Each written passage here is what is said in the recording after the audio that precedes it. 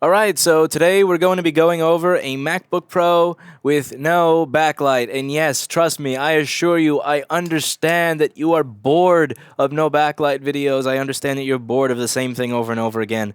And let me tell you something, so am I. Trust me, I get it. I have no idea how any repair shop that does computer repair in 2016 that needs to send out a basic no backlight job to me is not bankrupt and destitute by now. I have no idea how they make their money, but they do have the money to pay me to figure out their problems for them. So by all means, I'll go ahead and do that. But yeah, there's this whole argument on whether computer repair as an industry is dead.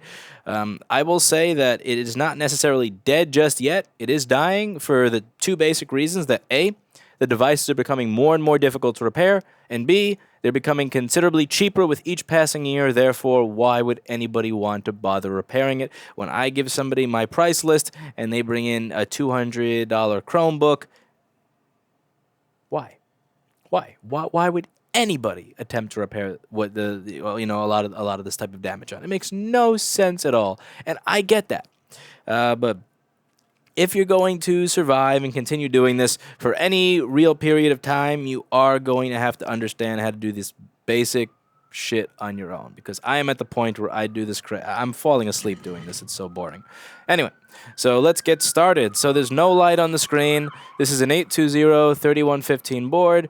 So where do we start? Here, I'll pretend this is a class that I teach. Sometimes I do in-store tutoring. So where do I start? What's the first thing that I should look for? Okay, I don't hear anything. Yep. Okay, fine. You're confused. I get it. Maybe you haven't watched a lot of this stuff yet, so you don't know where to start. I will help you. We start by first seeing if there is a picture, because one of the most common things that you get is people telling you that they have no backlight, when in reality, they have no picture. So what we do is we look to see if there's an image on the screen while I'm opening the board view.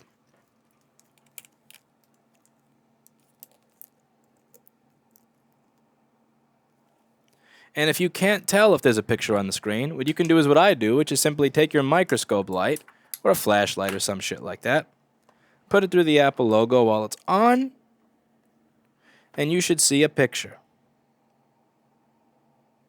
And I don't see shit. So we're just going to make sure it's up, awake, in an operating system. So I'm hitting caps lock, and as I hit caps lock, I can see it turning green.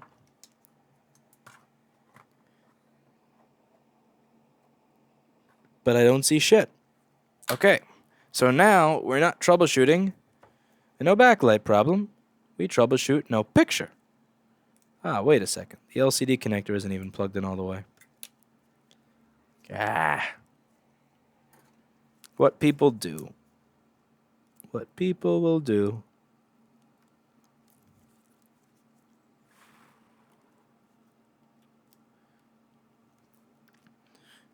If I can simply plug this back in and it works, that would actually be that would be something.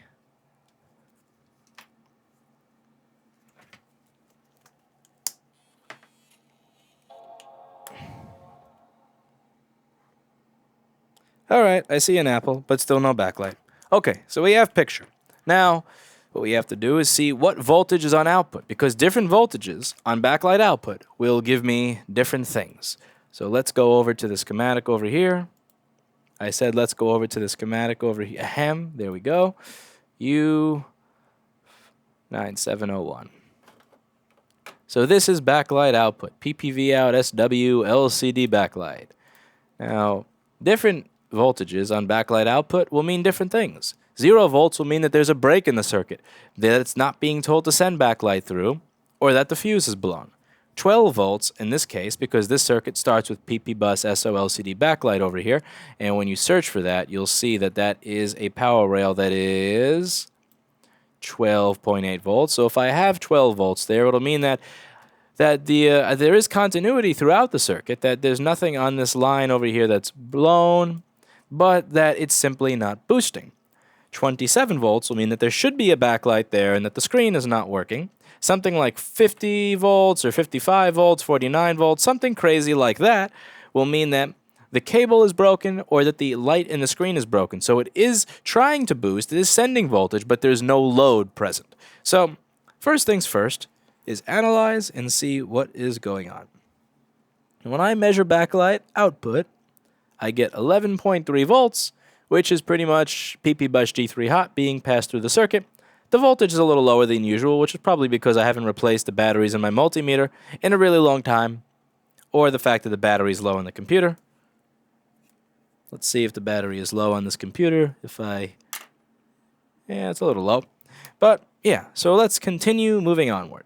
Now, if we look at this circuit, there are a couple of more things that are going to have to be present. More things. So what I need to look for over here is that this is being enabled. So this is the chip that's going to do the switching. If you don't know why switching is important in a DC to DC boost circuit, if you don't know what a DC to DC boost circuit is, you should stop watching this video and watch the video I've done about a DC to DC boost circuit. You'll learn a lot, and this will make a lot more sense to you. But if it doesn't, just watch that. Now, where was I? So for this chip, which is the LED driver to work, this is all the stuff looks confusing, right?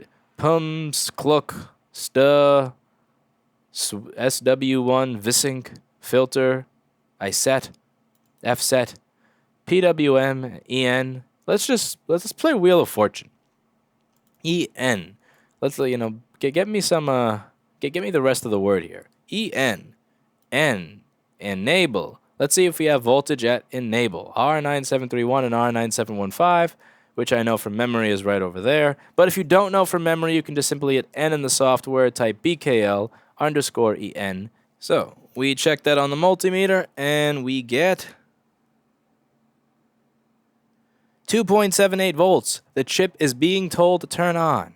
Now, we check PWM. You may wonder, how do I know to check PWM?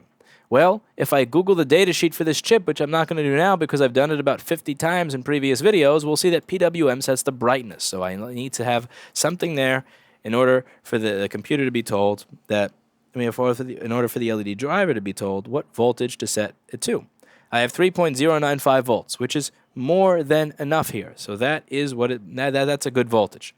Now, I have no boosting. So the chip is receiving, actually we should check and see if it's receiving power. So on its V-in pin over here, V-in pin C1, I should see something, and I can measure that on C9710 or C9714. So let's see where that is in the area. It's probably this thing over here, C9710.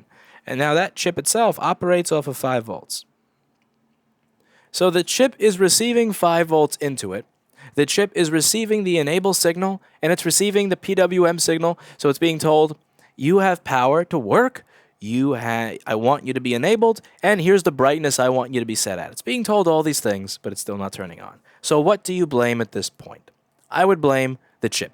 So at this point, we will replace the chip. Remember, we don't replace the backlight chip, because the backlight isn't working. We don't replace the charging chip because the charging isn't working. What you do is you figure out how the circuit works, you put a little bit of thought in, and then you will replace things based on your diagnosis, and your diagnosis should be based on what's actually wrong, not just, no keyboard, me replace keyboard chip.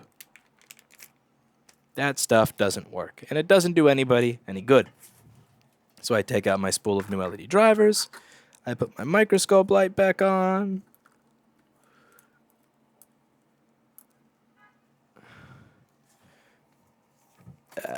boo, wired microphone, boo. I'm too cheap to buy another wireless transmitter set. It wasn't meant to be. I'm a cheapskate. I'm not one of those people that is going to spend, I would totally just drag this wire around here infinitely rather than buy that shit. But, I did. For some strange reason, I went out of character and bought something that I don't need. And it fucking died in a few months. Which sent a message. Be yourself. I'm a cheapskate. I don't spend money on stupid shit that I don't need. And when I do spend stupid money on stupid shit that I don't need, it breaks. Which is its way of saying that I should have never bought it to begin with. That's my punishment for being a consumer. This is actually an 820-2936, not a 3115. So I was using the wrong damn board view and schematic all along, but it's the same backlight circuit, so I don't really give a shit. Nothing changed. So there's my chip.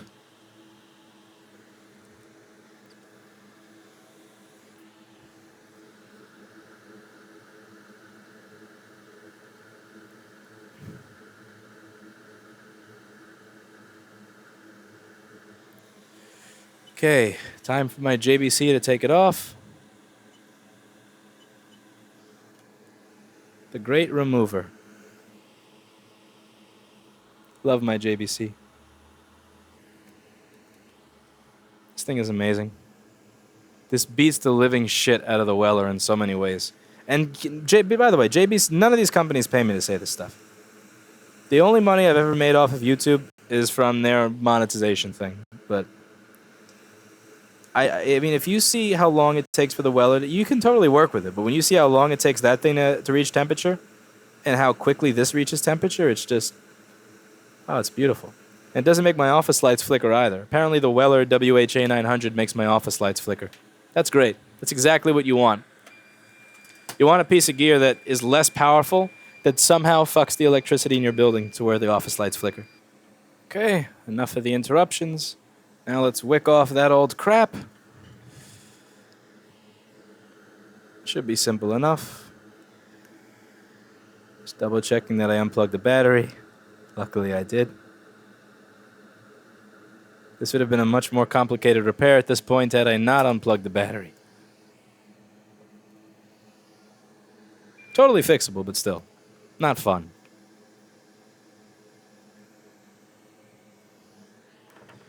Okay, so I have my Goot G-O-O-T. It's good stuff. Now this wick has flux inside of it, which makes it useful. I also spread my own flux over the wick and everything before I touch it because it'll just make life easier. You'll see everything's going to get sucked up. Remember not to remove. Don't take the iron away before you remove the wick. Don't fucking keep the wick on the board and then take the iron away. So this, see this? Very bad. You'll rip shit. Now I'm doing it here because I know what I'm doing and I know what I can get away with and I also know how to fix my own fuck-ups. But if you do that, you will rip every single pad off of the board. Especially if it's an iPhone. Shit, with an iPhone, like the pads, those things are left on with like, you know, like Elmer's glue. I mean, it'll just be gone. I'm wicking a little too much here because I'm talking as I'm working, which I shouldn't be doing. So you can wick a lot less than I did. So you could see how like some of that shit came off over there, like that insulation. That doesn't matter one bit. Like literally matters nothing in terms of this repair being usable. But still, in an ideal world, you wouldn't do that. When I'm not doing a video, I mean, that really only happens when I'm doing a video. That's the way that usually works out. So I'm going to take my clean room wiper here. A little bit of alcohol.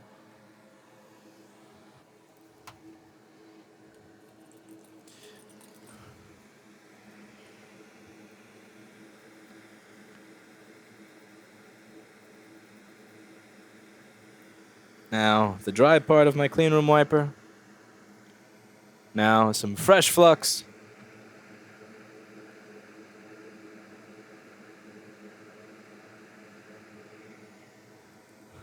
That works for me. Now, a fresh LED driver chip.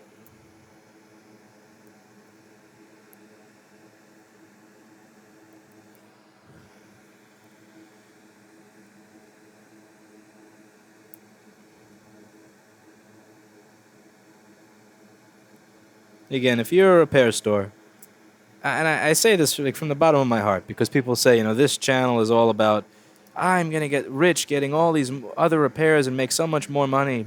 You know, that's my goal, is to make so, you know, look at what your business has been like since this. You know, I've actually had less local business since I started this, and a lot more people sending me the most fucked up repairs in the world. Like the stuff that they tried to do themselves and totally destroyed. I want you to do this yourself. You don't get it. Like, if you are a computer repair store, watch this shit and don't fucking send it here. Learn. That's the point. Anyway, so this here, this chip is, I'll know that it's on every single pad and aligned well when I can put my tweezers in the middle, I can move it back and forth, and I see that it's not moving more than I guess am I thinking of the word circumference or diameter? I'm thinking of diameter. When it's not moving more than the diameter of a pad. Where the hell did I come up with circumference? So when the chip is not really moving back and forth more than, let's say, the radius of the diameter of a pad, I know that I'm aligned. Because on Apple's PCBs, you don't see that silk screening and that little square, that white square around all the chips that are BGA. Somebody rang the bell. Okay, now that the interruptions are done, we're going to flow this chip into place.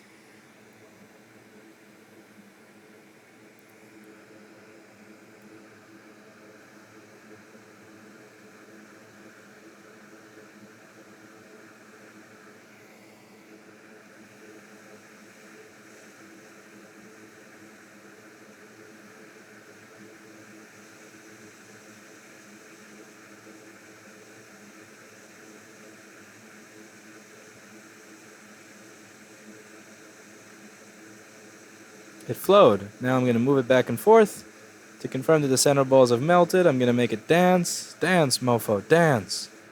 Now it's done dancing.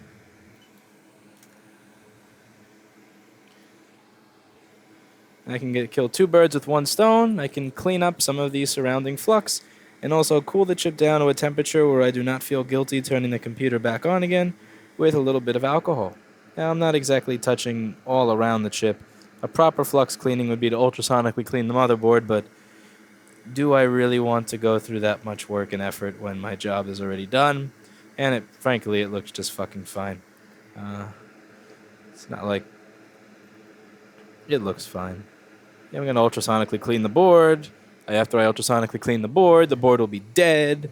And it'll be one of those cases of trying to do the right thing, and by trying to do the right thing, I screw myself and everybody else. And the difference between like late teenage, early 20s me and late 20s me is I do my best to do a good job without screwing myself. So, that's good.